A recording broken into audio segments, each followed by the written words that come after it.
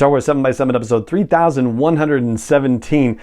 It's Spinner Sunday, which usually means that we're talking about comic books or short stories on this episode, but also on Sundays we end up talking about High Republic stuff from time to time, so we're kind of melding that along with a What to Watch Now concept, which usually happens on Saturdays, because we never did talk about the High Republic Holiday Spectacular episode on YouTube hosted by Christina Ariel, and there's some interesting Phase 2 related stuff in there, so yeah, let's talk about it, shall we? Punch it!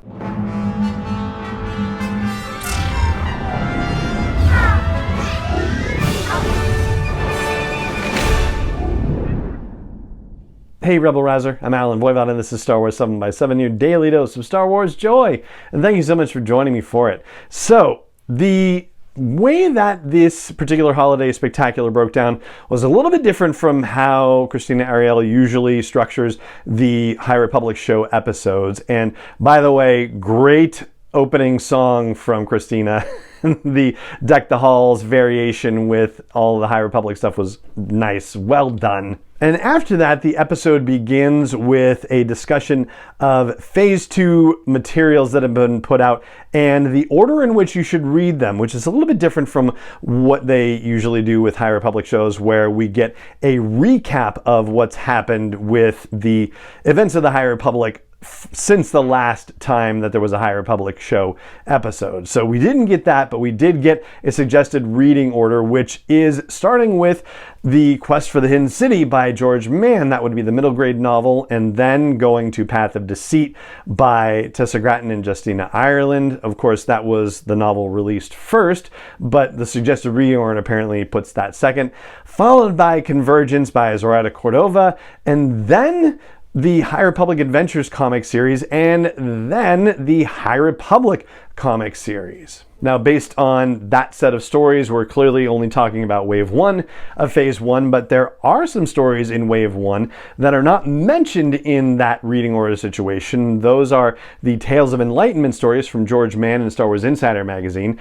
And in full admission, I have not read the High Republic or the High Republic Adventures comics for Phase 2 yet, so I don't necessarily have a great sense of this, but I think it's fair to say that the Tales of Enlightenment stories that have been in Insider so far are best read before the Battle of Jeddah because they take place before the Battle of Jeddah, and I think it's probably safe to read them after the comics because those short stories take place in a very self-contained space in Jeddah, and yes, there is some storytelling that happens about events that happen off Jeddah, but I would say the way that it leads into the Battle of Jeddah, you're best left reading them as your last thing prior to going into the Battle of Jeddah if you're deciding to read everything period paragraph. So that right there is really the most major divergence from the usual High Republic show format. From there, they go to a Beyond the Page segment, which is their behind the scenes situation, and they have interviews with Dark Horse Comics editors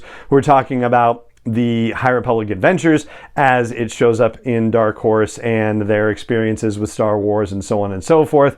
There's also a brief little tip of the hat to Hyperspace Stories, which replaces Star Wars Adventures. That was the IDW title, and of course High Republic Adventures was also the High Republic Adventures with IDW too, but now of course it's the same thing with Dark Horse. So there's a lovely conversation that happens there.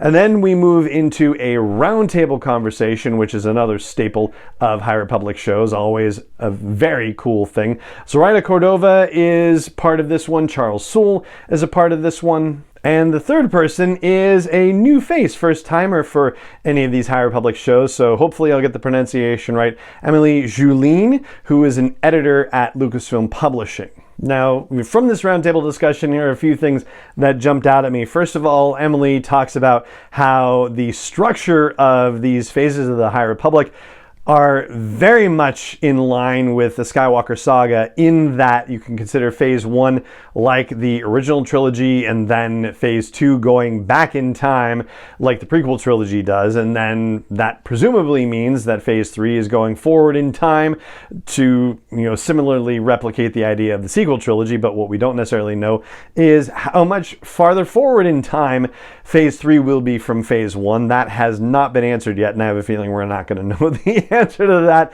until, well, I don't know, maybe Star Wars Celebration in 3 short months. There's also a great bit from Zoretta Cordova where she talks about how Star Wars is essentially one big love story and about how love and hope are intertwined, and I really resonate with that particularly. And she also talks about how, and I think, we're in spoiler territory now, but I think we can be in spoiler territory safely. Axel Greylark, who was the son of one of the chancellors of the Republic in this era, is also actively collaborating with the Path of the Open Hand and connected specifically directly to the mother. And the mother has been encouraging Axel to kind of scratch the itch that he has with the tragic death of his father and the implication that the Jedi were involved in this. And the mother basically wants to stoke that fire into the chaos that Axel Greylark claims to love and have all of his efforts directed against the Jedi, which is certainly what the mother wants to do. And Charles Soule talks about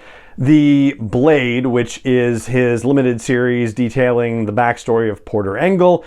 And he talks about how readers have expectations for who this character is, and that we find him in Phase 1 dealing with sort of the traumatic effects of his lifetime. And his job, Charles Soule's job, is to tell a story about Porter Engle that will kind of give you an idea as to what he's been through that might lead him to be the person that we see in Phase 1. However, his job, he says, is also to kind of defy reader expectations and deliver a story in a way that you don't expect to get, and explain what a situation is in a way that you wouldn't necessarily imagine. And he also confirmed what was probably one of the bigger open secrets at this point, which is the fact that Porter Engle has a sister named Barash, and that Barash is actually going to be the source of the Barash vow that has been talked about in other Star Wars storytelling and Star Wars storytelling by Charles Soule, where he's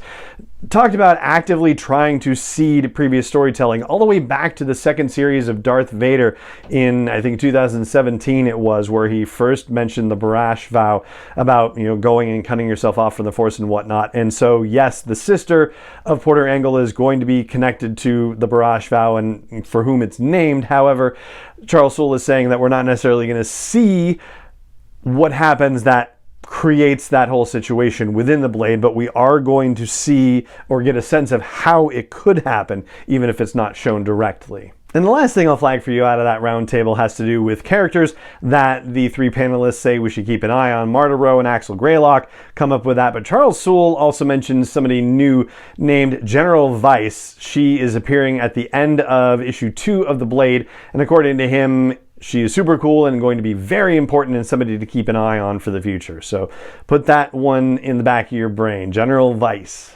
So the round table is done, and here's another way that the episode kind of diverges from the normal pattern. There are no questions and answers in this particular episode of the High Republic show, this holiday extravaganza, but there are cover reveals for future High Republic comics and variant covers and so forth, but that's pretty much it. And I have a feeling that it's because the reveal situation is going to be a little bit sparse until they get to Star Wars Celebration. They're probably holding back a lot of stuff for it. So I imagine we'll get at least one more High Republic show and maybe 2 prior to Celebration London. And the Battle of Jeddah will obviously be talked about for the first one. Maybe they will get together folks like Lydia Kang and George Mann and Tessa Gratton, and Kevin Scott for the discussion for, say, the March episode, because that'll be soon before the beginning of Wave 2, but I imagine they're probably not going to be able to say much in March either, because we'll be so close to Celebration at that point too.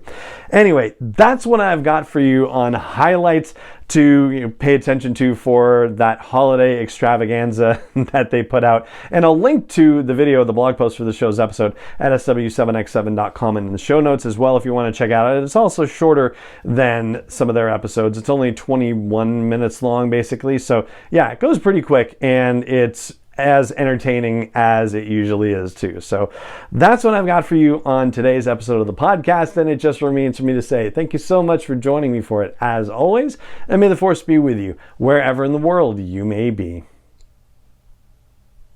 7x7 is not endorsed or sponsored yet by Lucasfilm Limited, Disney, or 20th Century Fox, and is intended for entertainment and information purposes only. Star Wars, the Star Wars logo, all names and pictures of Star Wars characters, vehicles, and any other Star Wars related items are registered trademarks and/or copyrights of Lucasfilm Limited, by their respective trademark and copyright holders. May the force be with them. All original content is copyright 2021 by Star Wars 7x7. We hope you love it.